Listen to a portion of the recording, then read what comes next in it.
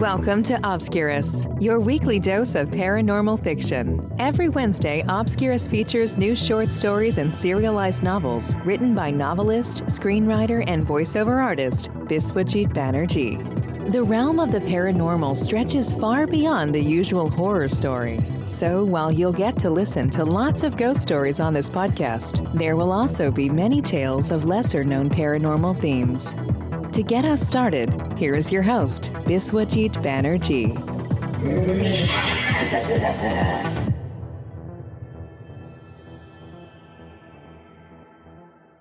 Hello, and welcome to Obscurus.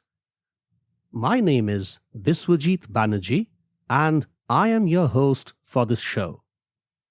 Can characters of a story spring to life? In today's story, we find a novelist interacting with his characters. Is he hallucinating? Well, we will find out shortly. Before I start my story, I request all my wonderful readers and listeners to visit my website biswajitbanerjee.com. You will find all Obscurus episodes and their transcripts over there. Please also become a member of the website and subscribe to my mailing list. There's another website, obscurus.buzzsprout.com, which is wholly devoted to this podcast. Other than all Obscurus episodes and their transcripts, you will also find chapter markers for every episode on obscurus.buzzsprout.com for easy navigation. And now, let's start the story. The characters penned by a novelist come to life, or so the novelist believes. His psychiatrist thinks he is hallucinating. The novelist's wife also thinks her husband has some mental issues. What's the truth? Let's find out.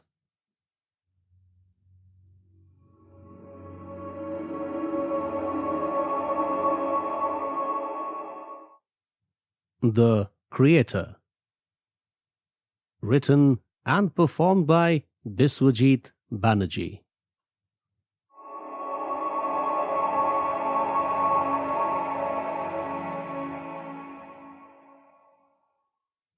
Why can't you give me a more dignified position in the overall scheme of things? The old man asked, scratching his chin. It is my job to decide who's doing what in the plot, Dhruv replied. You should at least be kinder to your protagonist, don't you think so? The readers will think of me as a fickle-minded idiot after reading your story. The young girl said, adjusting her locks. You practically made me a brainless beauty. How many times need I explain? Characters do not get to decide how the story will move. Don't forget, as the writer, it is my prerogative to decide who does what, Dhruv said in a raised voice. What you said in the last television interview gave us hope that you would let us decide the course of events, the old man said. Indeed, the Nigerian said in his husky voice. You did say you don't plan or plot your novels. You let your spontaneity take charge, which allows your characters to decide the course of your story. All that stuff you say is for the world, I guess. The Mexican dancer gave Dhruv a gaze. Listen now, Dhruv retorted. I can't take the stupid talk anymore.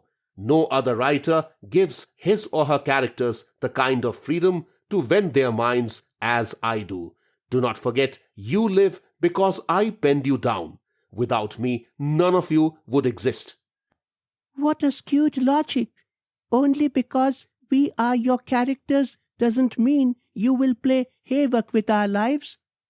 The skinny Spanish girl opined. The fact that you created us makes you our parent. Parents are expected to be gentle and sweet to their children. The country's law does not permit the parents to trouble their children. The Londoner observed. No, I am not your parent. I am a writer, and you guys are my characters, not children. Let this be clear. You will do as I desire. Stop these complaints. Otherwise, each one of you will die. Is that understood? Go back to where you belong. Before Dhruv could complete the sentence, the door of his study opened with a bang. Who were you talking to?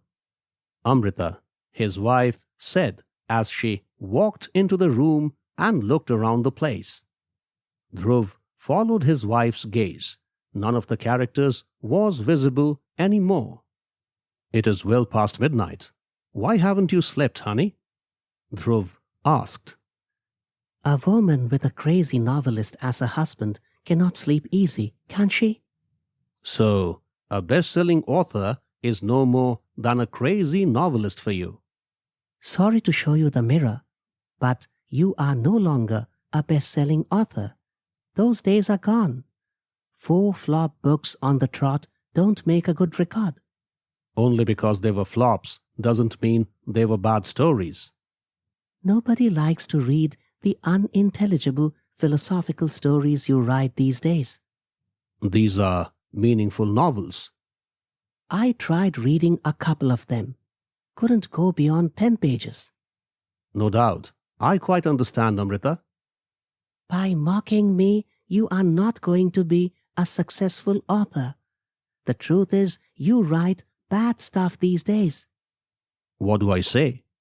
Thank you so much for your gentle and encouraging words. Now, answer the question. What question? Who were you talking to? That is none of your concerns, Amrita. Go to sleep. Well, I know who you were talking to. Your characters had come out of the word processor, isn't it? Why are you asking if you know? I don't deserve this, Dhruv. Don't I deserve some peace? You mean I am killing your peace? Your crazy ways are killing my peace. Listen now. You will see Dr. Manan call during the day. No, sorry. I don't like Dr. Call. Why? He asks stupid questions.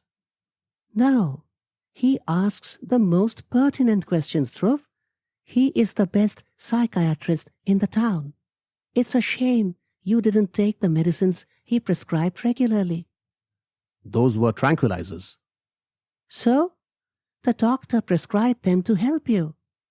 If I had followed his prescriptions, I would have been sleeping all the time.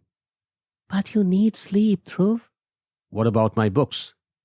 Once you recover, you can start writing again. Recover from what, Amrita? I am hale and hearty. No, you are not. I don't wish to say this, but you are forcing me to. Dhruv, you are showing definite signs of insanity. The illness has aggravated because you didn't follow the doctor's instructions. Oh, come on. I am not mad. Nobody's calling you mad, dear. At the same time, let's not deny that there's a minor mental issue. Let's not be in the denial mode. Dhruv, I implore you, please visit Dr. Call and follow his instructions. Trust me, you will be a best-selling author again. All you need is a break from writing and proper treatment. Okay, if you insist, he said after some thought. Thank you, Dhruv. Thank you so much. Amrita smiled as tears glistened in her eyes. Driving through the mad traffic was quite a pain.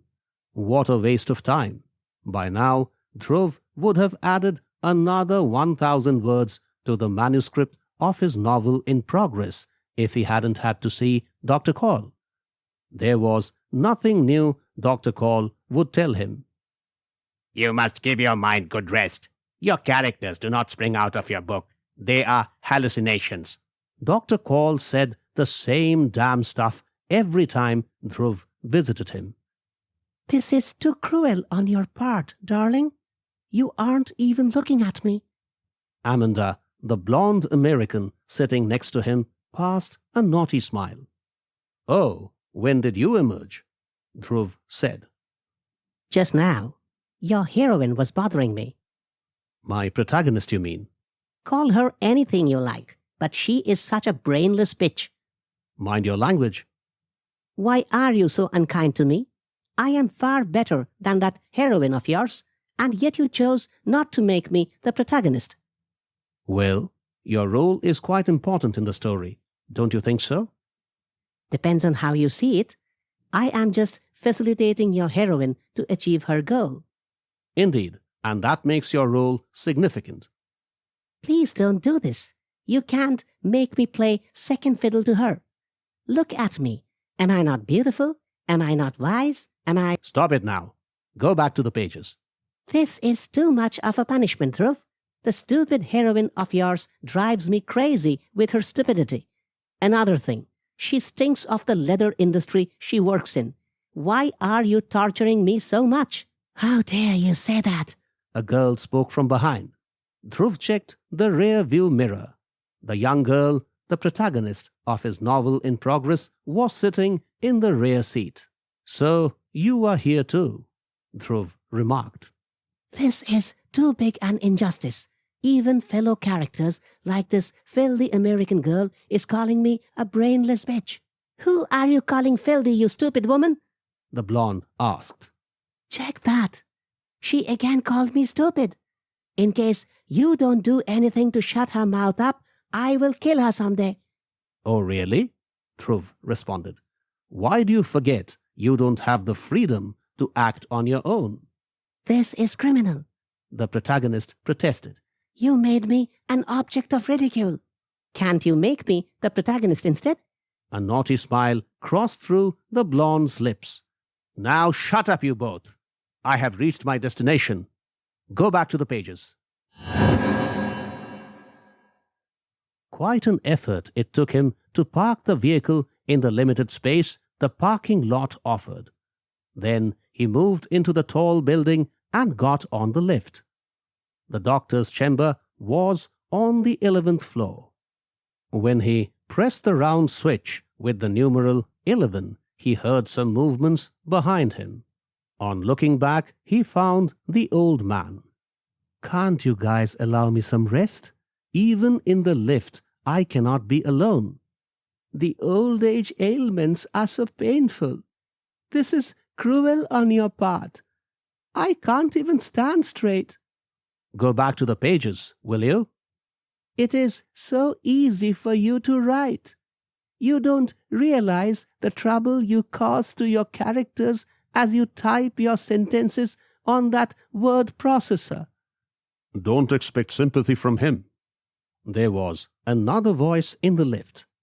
The Nigerian was standing inches away from Dhruv. With eyes full of anger and hopelessness, he spoke again. This man is cruel. He derives sadistic pleasure by making us suffer. "Oh yes, I knew you would emerge too. You are such a creep," Dhruv said to the Nigerian. Look who's talking. Mr. Author, you are a much bigger creep than he. The Mexican dancer made an appearance between the old man and the Nigerian. Indeed, I completely endorse that idea. The Londoner flashed into view, covering whatever little space was left in the lift. "Now get the hell out of here. You fellows are getting on my nerves," Dhruv reacted. Only you reserve the right to be angry, it seems. The Mexican spoke again. We are only made to follow your whims. "Yes, indeed. Do not forget, I am the author. As characters, you cannot tell me what I must do. Let that be clear in your heads. And now, leave me alone. Do you hear me? Get lost now." The lift door had opened by the time Dhruv finished speaking. Before stepping onto the 11th floor, he did catch the looks of wonder and puzzlement of the people waiting to use the lift. Oh, What embarrassment! These characters were making his life miserable. After careful scrutiny of Dhruv's recent medical reports, Dr. Kaul looked at him and smiled. Oh, Dhruv hated that smile. It must have been one of his professional tactics to make the patients comfortable. Only if he knew how much the grin irritated Dhruv. It had precisely the opposite effect of the desired result. No patient could derive comfort from that sickening turning up of the doctor's thick lips. Why the hell did he do that? Dhruv wondered.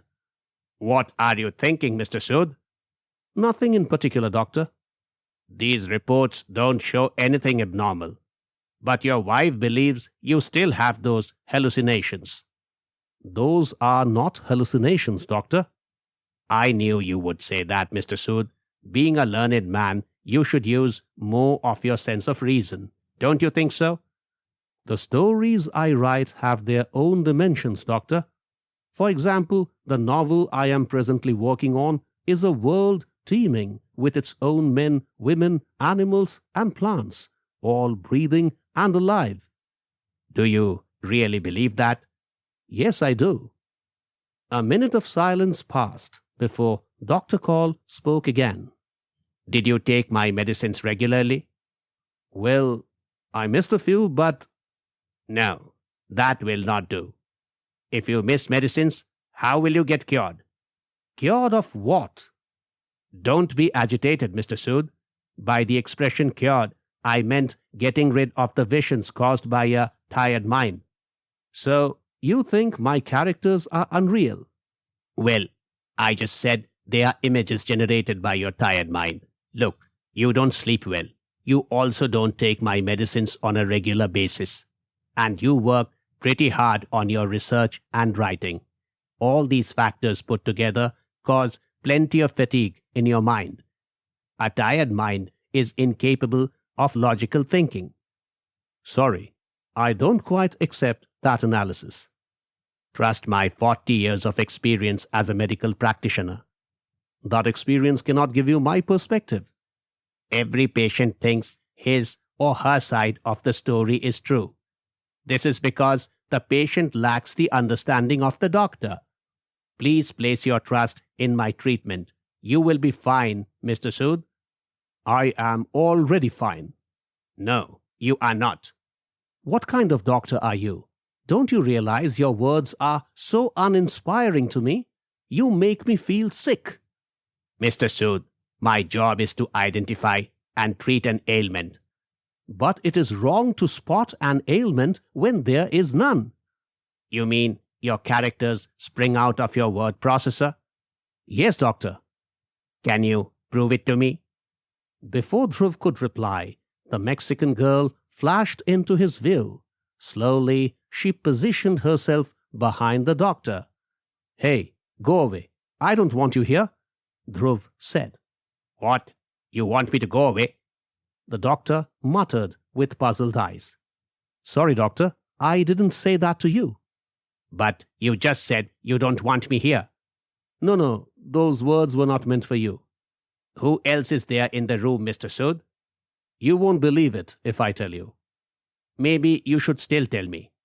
Well, doctor, one of my characters is standing behind you. What? Trust me, she's there. Okay, so this is your way of proving your characters are alive. The Mexican is closely watching your head. Which Mexican? The character, I mean. Now listen, Mr. Sood. What you are doing now isn't impressive at all. The problem is, when I tell the truth, people like you do not believe.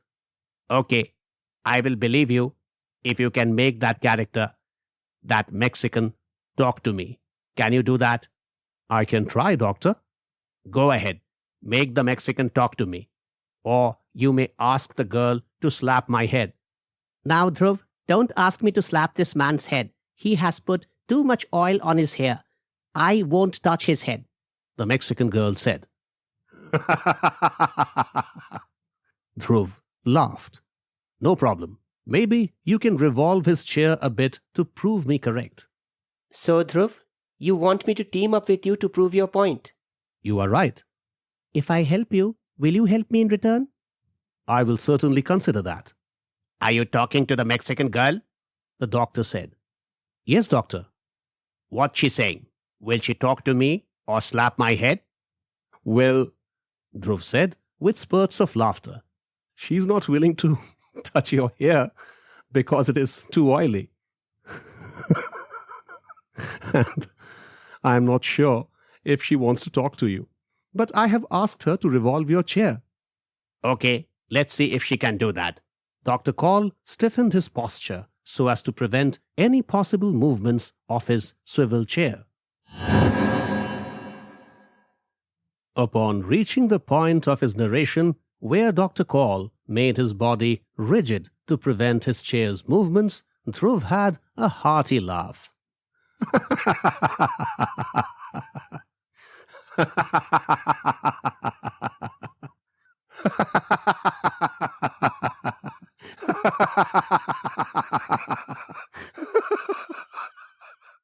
Sitting next to him on the bed, Amrita watched him cackle with wonder. What happened then? Did your Mexican girl revolve his chair?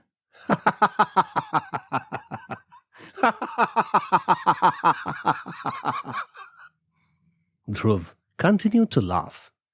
Tell me what happened after that. Did you prove the existence of the Mexican girl?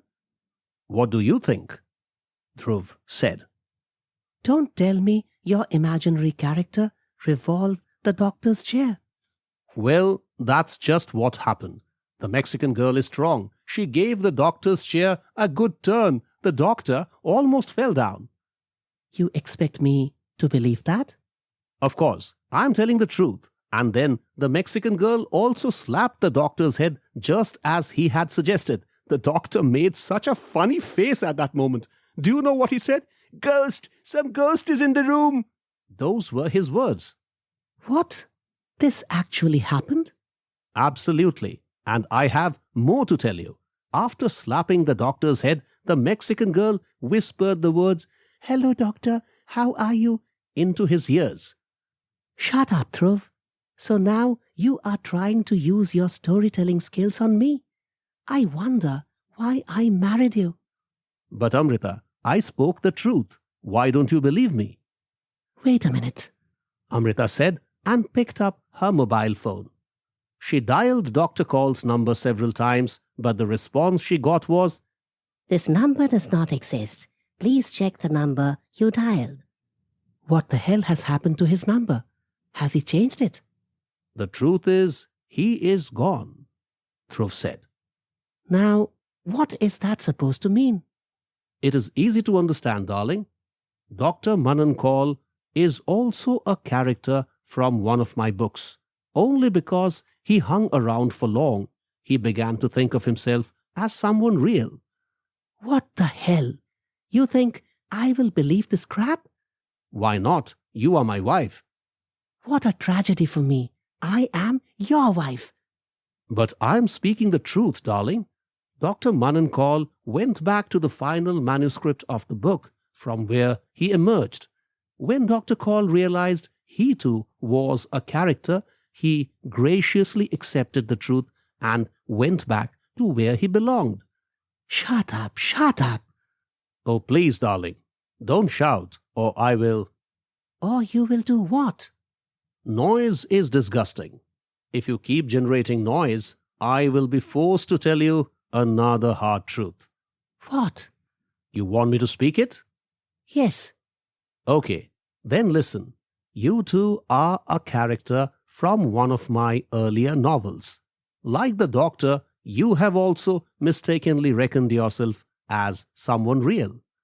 Will you shut up? You are a lunatic. Sorry, darling, but I can't let the characters I have allowed staying out for long insult me. Go back, Amrita. I don't want you to hang around me anymore. Go back to the pages of the novel from where you emerged. In the next moment, Amrita flashed out of Dhruv's view.